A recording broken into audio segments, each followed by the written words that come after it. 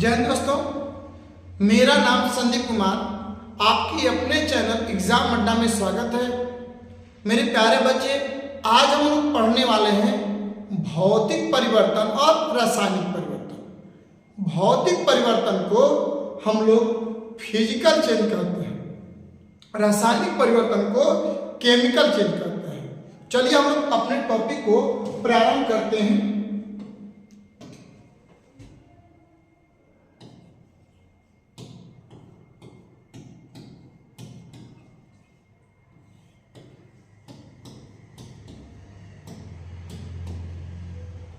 भौतिक परिवर्तन और दूसरा हम लोग का होता है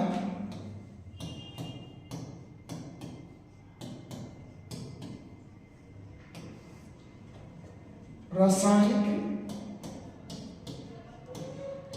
परिवर्तन। यानी हम लोग का होता है भौतिक परिवर्तन और रासायनिक परिवर्तन। भौतिक परिवर्तन को हम लोग फिजिकल चेंज करते हैं और रासायनिक परिवर्तन को केमिकल चेंज करते हैं। ठीक है, तो इसको आज हम लोग ईमानदारी पूर्वक से समझने का प्रयास करते हैं। चलिए सबसे पहले नंबर हम लोग देखते हैं भौतिक परिवर्तन किसे कहते हैं। यानी हम लोग का जो टॉपिक है आज पहले भौतिक परिवर्तन। भौतिक परिवर्तन जब कोई पदार्थ, देखिए यहां पर हम कोई पदार्थ की बात करें, किसी पदार्थ का नामकरण नहीं करने की, जल है कि बल्ब है।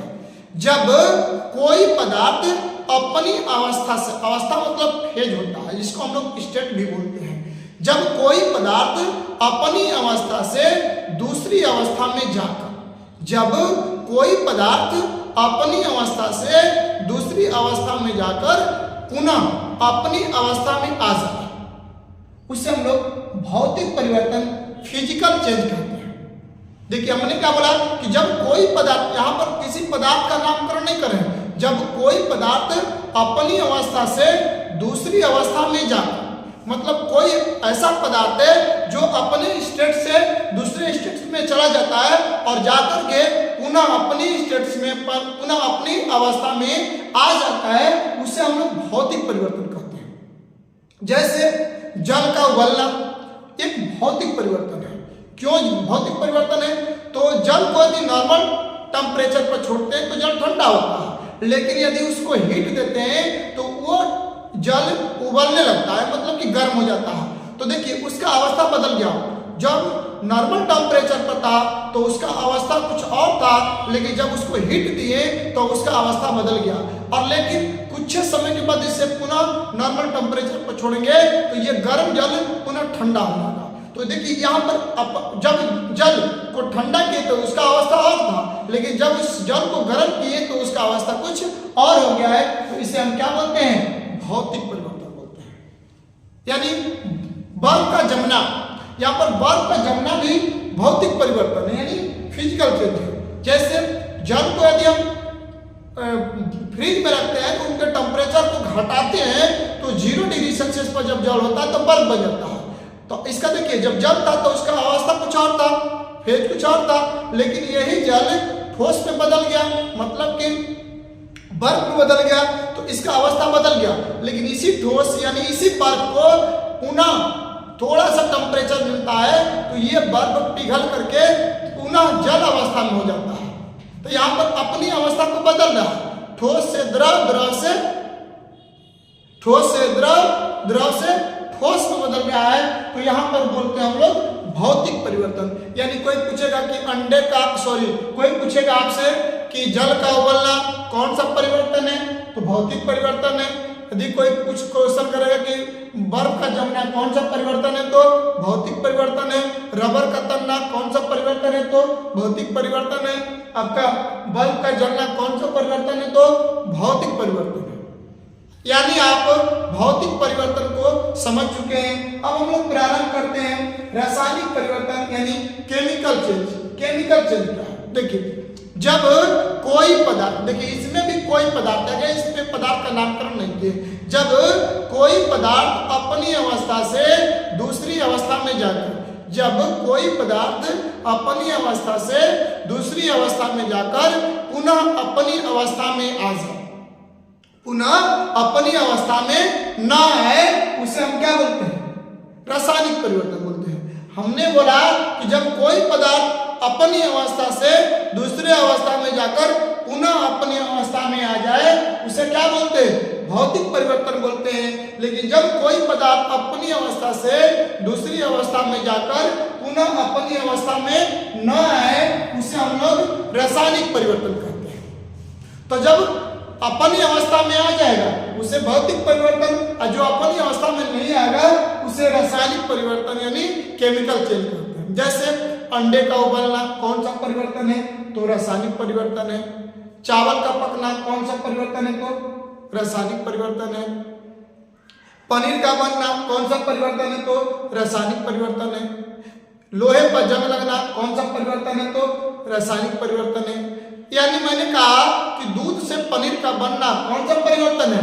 रासायनिक परिवर्तन है। तो देखिए, मैंने ये आपको बतलाया कि दूध जब तक है उसको हम पनीर में नहीं बदले, उसकी अवस्था कुछ और है, यानी लिक्विड फॉर्म में है। लेकिन उसी लिक्विड फॉर्म दूध को यदि हम पनीर में बदल देते हैं तो पनीर अब ठोस में बदल गया। तो अब जब पनीर ठोस में बदल गया तो वो पनीर आपका पुनः लिक्विड फॉर्म में नहीं आया। इसलिए पदार्थ जब अपनी अवस्था से दूसरी अवस्था में गया और पुनः अपनी अवस्था में नहीं आया, उसका हम बोलते हैं रासायनिक परिवर्तन। मैंने आपको कुछ समय पहले अंडे का उबलना बताया। तो अंडे का उबलना, देखिए अंडा जब तक उबला नहीं है उसका अवस्था कुछ और है, उसका अवस्था कुछ और है। लेकिन उसी अंडे को उबाल देते हैं तो उबालने के बाद उसकी अवस्था बदल गया। तो यहाँ पर अब वो पुनः जैसे का तैसे अंडा संभव नहीं है, इसलिए अंडे का उबालना एक रासायनिक परिवर्तन है। लोहे पर जंग लगना मैंने बताया, तो लोहे यदि हवा के संपर्क में, ऑक्सीजन के संपर्क में, नमी के संपर्क में आता है तो लोहे पर जंग पकड़ लेता है। तो लोहे जब तक जंग नहीं पकड़ा था उसका अवस्था कुछ और था, लेकिन लोहे पर जब नमी और ऑक्सीजन के संपर्क में आने से जंग पकड़ लिया, इसका अवस्था बदल गया। तो इसलिए लोहे पर जंग लगना कौन सा परिवर्तन है? रासायनिक परिवर्तन है। मैंने आपको आज भौतिक परिवर्तन और रासायनिक परिवर्तन इसलिए पढ़ाया कि मैंने कुछ समय पहले बिहार दरोगा का देखा था पेपर।